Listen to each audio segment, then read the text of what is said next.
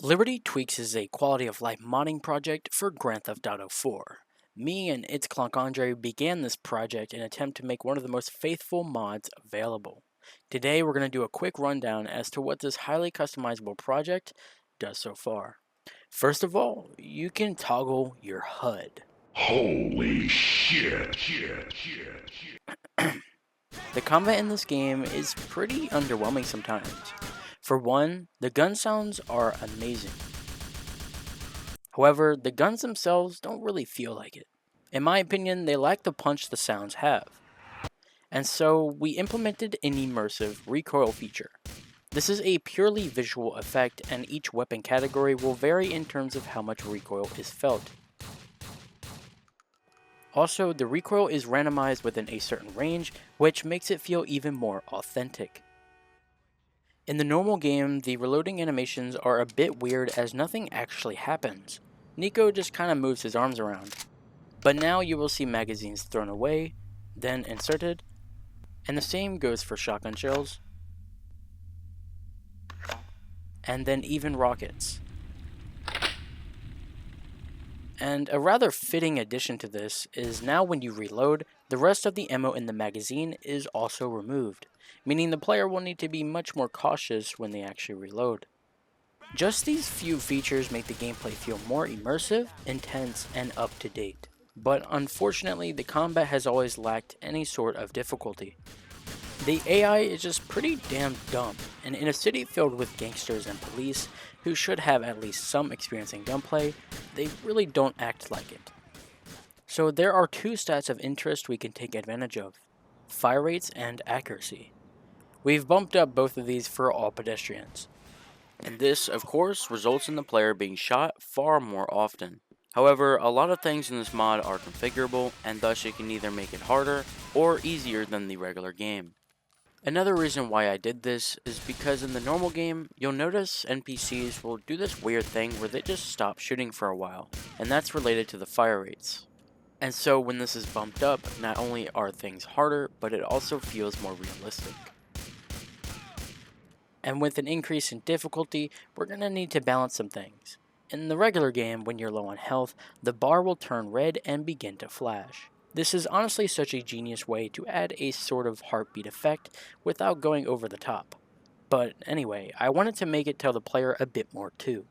And so whenever this effect is happening, the player will begin to regenerate health until it's gone, which is at about 25%. GTA 4 has a pretty lame police system. While they try to do some things, it just feels a bit lacking.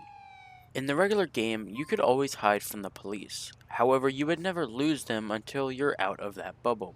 But now you can. Like here, I have a 6-star wanted level. I run into an alleyway to hide, and you can even see 2 helicopters pass over.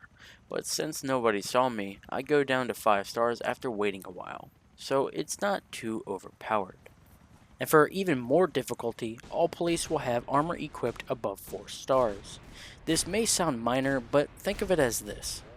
Each typical police officer essentially has double the health in the higher star levels, which makes them very similar to Noose, but we'll get to them shortly. An odd inconsistency with the game is the cops always use pump shotguns, while in their little cruisers you could just grab a combat shotgun, which is of course much better. So now all police will use the combat shotgun instead. Alongside that, the Noose are even more of a threat now.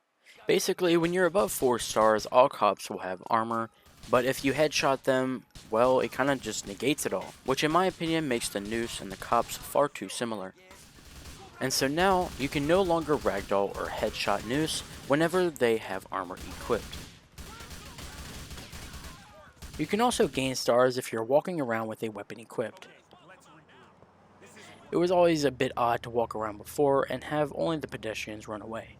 And that's enough about the police. Saving in this game can be kind of a pain in the ass. It basically saves after missions or if it's bedtime. This can be pretty annoying if you go and grab some collectibles or just weapons and then you want to close the game immediately after. But now you can quick save. With a single key you can either do a simple quick save or you have the option to select your saves instead. This will even save your location. The game will also now autosave whenever you grab a collectible, which is actually a feature implemented from Gillian, another critter from the community. And that's where I'm going to mention that this project is completely open source, and you can always chime in your own ideas and improvements wherever you see fit. Anyway, let's head back to combat for a little while. There's now more voice lines and voice line activity throughout combat scenarios, like when shooting,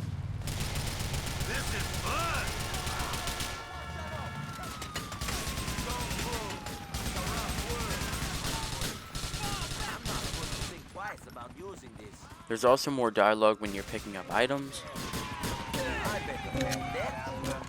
That's what I was looking for. and when you're falling.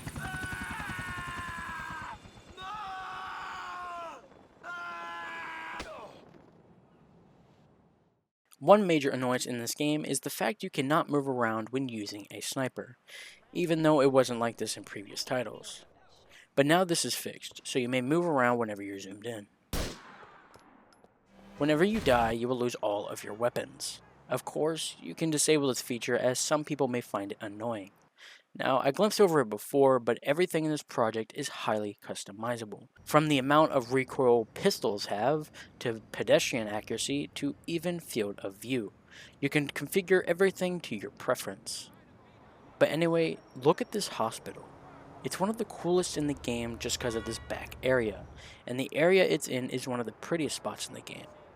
However, you could never respawn here for some reason, but now you will. How epic. Now let's end off with two of the most immersion-breaking things in the game. Whenever you're stopped in a vehicle, your brake lights should be on, but this doesn't happen in any of the GTA games so far. But now it will, and it looks especially good in a lot of the Balladagate Tony vehicles, like this one here, which is called the Bullet GT. And here is the F620, which also looks pretty nice in my opinion.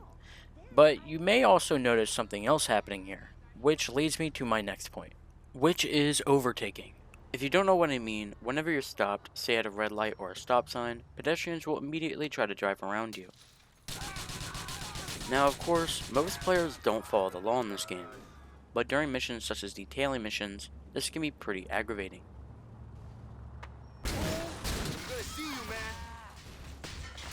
But this is now fixed, and that's all I'm going to cover for now.